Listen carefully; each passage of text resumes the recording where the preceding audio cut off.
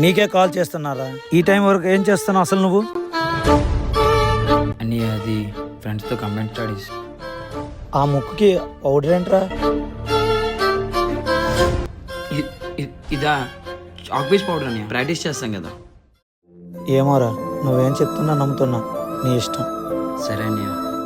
సరే గానీ అక్కడ దేవుడి గుడిలో డబ్బులు పెట్టాను, నువ్వేమైనా తీసావా? నేను తీయలేదనియా. సరేరా, నువ్వు వెళ్ళి చదువుకో. సరే అన్నయ్య. అన్నీ కిందకు డౌట్ వచ్చినట్టుంది. రేయ్, మీ తమ్ముడు వ్యసనానికి బానిస అయిపోయాడంటగా. ఊర్లో వాళ్ళంతా అనుకుంటుంటే విన్నానులే. అంతేలే, తండ్రికి తగ్గ కొడుకులు.